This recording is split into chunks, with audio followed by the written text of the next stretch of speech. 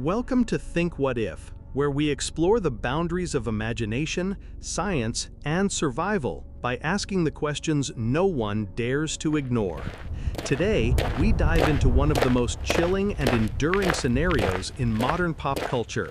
What if the military couldn't stop the zombie apocalypse? Maybe there are certain patterns of behavior. Yes, but these are not like regular diseases. It's a question that has fueled countless movies, books, and late-night debates. But beneath the fiction lies a deeply unsettling possibility. What if, despite our advanced weapons, sophisticated intelligence networks, and elite forces, humanity's last line of defense failed? What if the very institution designed to protect us became overwhelmed, fragmented, or even part of the problem? In this deep dive, we'll dissect the potential vulnerabilities of military response, examine real-world parallels, and confront the terrifying aftermath of a world where the soldiers we rely on are no longer able to save us. To begin, we must first define what we mean by a zombie apocalypse. While Hollywood has painted a wide array of interpretations, from slow, shambling hordes to fast, hyper-aggressive infected, the core idea remains consistent: a rapidly spreading contagion that turns humans into aggressive, non-rational beings driven by the urge to attack and infect others. Whether caused by a virus, parasite, or experimental bioweapon, the key feature is exponential transmission. One infected person can turn dozens in hours. Those dozens can turn thousands in days, and within weeks, entire cities could fall. This is not a war with a defined enemy front or a predictable battlefield. It's a biological wildfire with no natural containment. The military, trained for conventional warfare and counterinsurgency, may not be equipped to handle a threat that spreads like a pandemic but behaves like an invasion. Let's consider the initial response. In the early stages of an outbreak, governments would likely treat the situation as a public health emergency. The military might be called in to support quarantines, secure hospitals, or assist in evacuations. At this point, their role would be logistical and supportive, not combat-oriented. But as the infection spreads beyond containment zones, the military would shift into a more aggressive posture, establishing cordons, deploying troops to hot zones, and possibly enforcing martial law. The problem, however, is that traditional military tactics rely on identifiable enemies, clear objectives, and supply lines. Zombies, by their very nature, have no command structure, no strategy, and no fear. They cannot be negotiated with, surrendered to, or deterred. They simply advance, mindlessly and relentlessly. This makes them unlike any foe the military has ever faced. Now imagine a city like New York or Tokyo, where millions live in dense urban environments. A single infected individual in a subway station could, within 48 hours, spark an uncontrollable chain reaction. The military would attempt to isolate the area, but sealing off a metropolis is nearly impossible. Roads, tunnels, subways, and even rooftops provide countless escape routes for the infected. Even with drones, surveillance, and checkpoints, the sheer volume of people and infrastructure would overwhelm any containment effort. And unlike a natural disaster, where the danger diminishes over time, the zombie threat grows stronger with each passing hour. Every person who dies and reanimates becomes another vector of infection, another soldier in the undead army. The military's strength is finite. The zombie horde, in theory, is not. Moreover, the military depends on a complex web of supply chains, communication networks, and command hierarchies. In a prolonged crisis, these systems would begin to fail. Fuel, ammunition, food, and medical supplies are not infinite. Troops stationed in urban combat zones would need constant resupply, but delivery routes would be blocked by abandoned vehicles, panicked civilians, and roaming hordes. Communication towers could be damaged, satellite links disrupted, and command centers overrun. In such chaos, Even the most disciplined units could lose coordination. Orders might not reach the front lines. Units could become isolated, surrounded, or forced to retreat without support. And when soldiers start dying, not just from bites, but from exhaustion, dehydration, or friendly fire in the confusion, the morale of the entire force would plummet. Another critical factor is the psychological toll. Soldiers are trained to face danger, but they are not trained to fight former civilians, men, women, and even children who once lived normal lives. Seeing a neighbor, a family member, or a fellow soldier reanimate an attack would be devastating. The emotional burden of having to kill someone who was once human could lead to hesitation, breakdowns, or desertion. In military psychology, this is known as moral injury, the deep psychological distress that comes from actions that transgress one's moral code. In a zombie apocalypse, every engagement could carry that weight.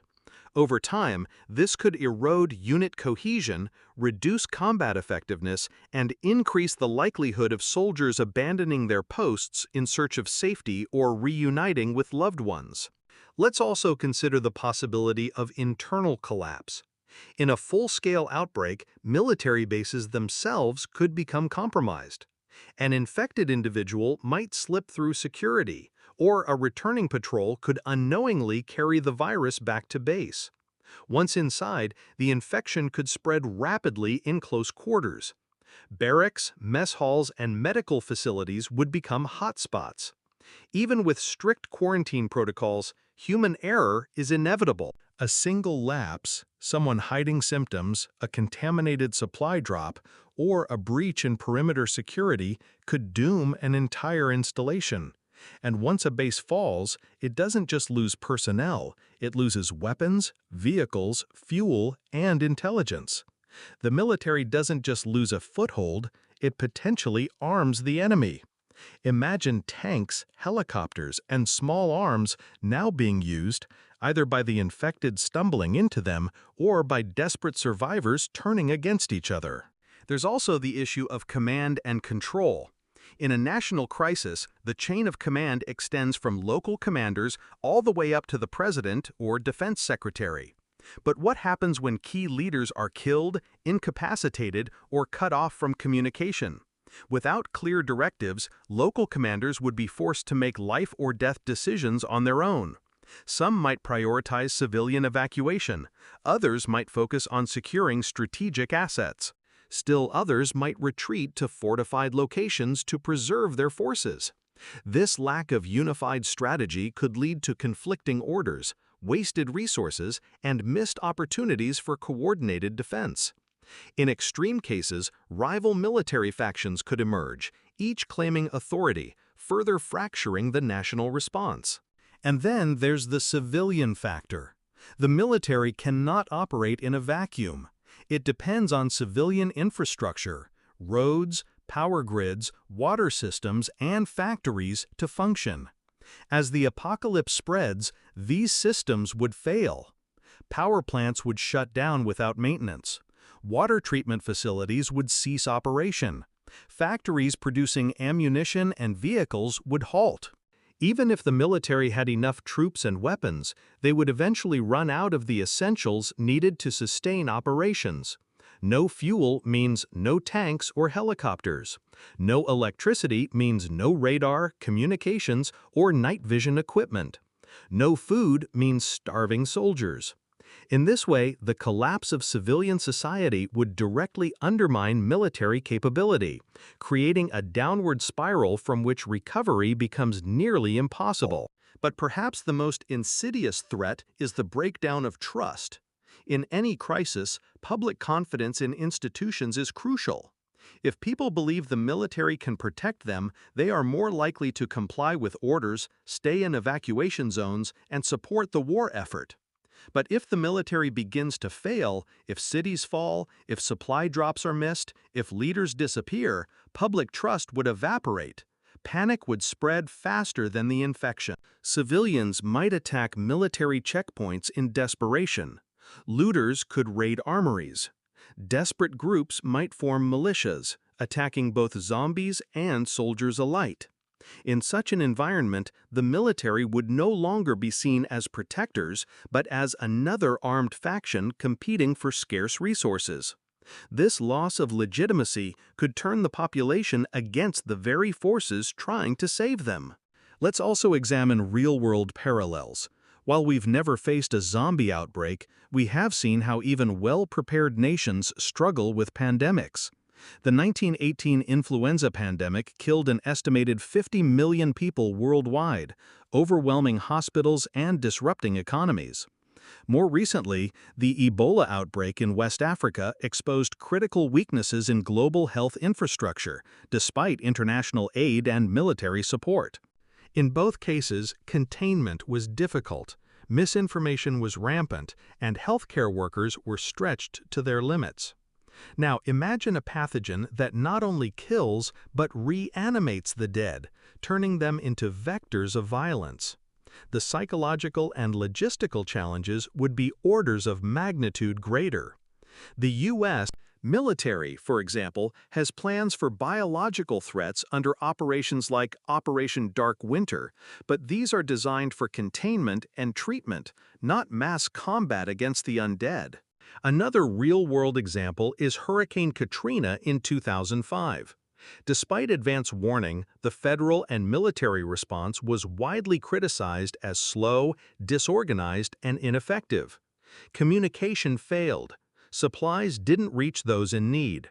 Law enforcement and National Guard units were overwhelmed.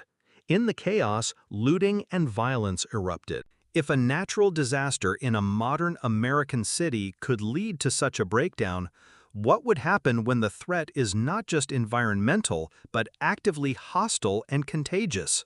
The military might arrive, but if they lack the right equipment, training, or numbers, their presence could do little to restore order. We must also consider the global dimension. A zombie outbreak wouldn't respect borders. In our interconnected world, an infection in one country could spread to dozens within days via air travel, shipping, or migration. The military of one nation might contain the outbreak locally, but unless there is international coordination, the threat would simply re-emerge elsewhere. And in a world where nations are already wary of each other, cooperation could break down. Countries might close their borders entirely, refusing aid or evacuees. Some might even weaponize the outbreak, using it as a pretext for invasion or political gain. In such a scenario, the global military response would be fragmented, inconsistent, and ultimately ineffective. Even if some nations managed to hold out, the collapse of global trade and communication would isolate them. No more satellite data, no more fuel imports, no more replacement parts for advanced weapon systems. Over time, even the most resilient military enclaves would degrade. Helicopters would ground out. Radios would fall silent. Soldiers would age, die, or succumb to the same pressures as everyone else. Without a functioning global order, the concept of a military as we know it would cease to exist. It would devolve into local warlords, fortified communities, and survivalist factions, none of which could mount a coordinated counteroffensive. But let's suppose, for a moment, that the military does manage to establish a stronghold, a fortified city, a remote base, or an island nation. Could they hold it indefinitely? Possibly, but holding ground is not the same as winning the war. As long as the infection persists anywhere in the world, the threat remains. A single infected person carried by a bird, a current, or a stowaway could reignite the outbreak. And without a cure or a way to permanently destroy the undead, the military would be locked in a perpetual defensive stance. This is not victory, it's survival. And survival, over decades or centuries, would take a heavy toll on morale, innovation, and societal structure. Another overlooked factor is the mutation of the pathogen. In biological terms, viruses evolve.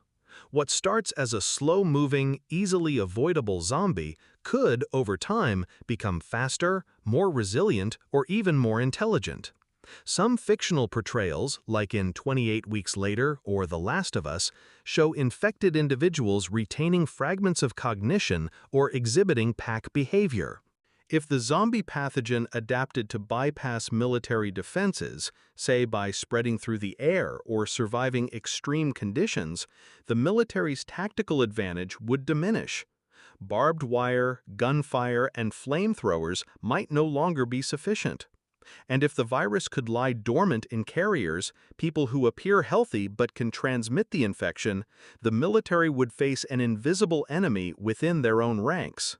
Then there's the question of research and development. In theory, the military could work with scientists to develop a cure, vaccine, or targeted bioweapon.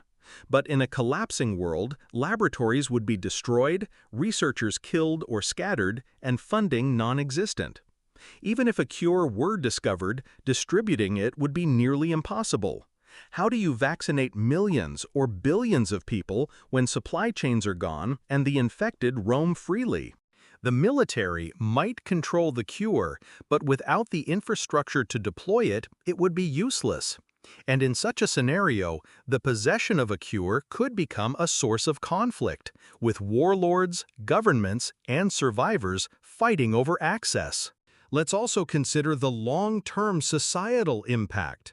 If the military fails to stop the apocalypse, the world would enter a new dark age.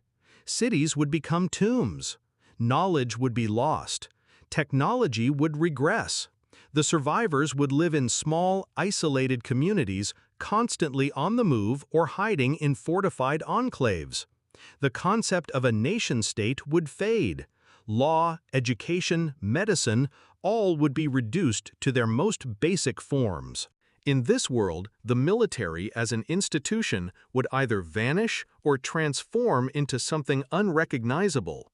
Warlords with armored vehicles, cults worshipping the undead, or tribal armies fighting over canned food and clean water. The values we associate with military service, honor, duty, protection, might be replaced by survival at any cost. And yet, even in this grim scenario, there is a sliver of hope. History shows that humans are resilient. After every great collapse, be it the fall of Rome, the Black Death, or World War II, civilization has found a way to rebuild. Communities form, knowledge is preserved, new systems emerge. In a post-apocalyptic world, the failure of the military might not mean the end of humanity, but rather the beginning of a new chapter. Perhaps small groups of survivors, inspired by the remnants of military discipline, would form new societies based on cooperation, sustainability, and mutual defense. Maybe, in time, they would rediscover science, medicine, and peace. The military may have failed to stop the apocalypse, but the human spirit might still prevail. It's also worth noting that the military's failure doesn't necessarily mean they didn't try. In fact, they might have fought valiantly, sacrificing countless lives in a desperate attempt to hold the line.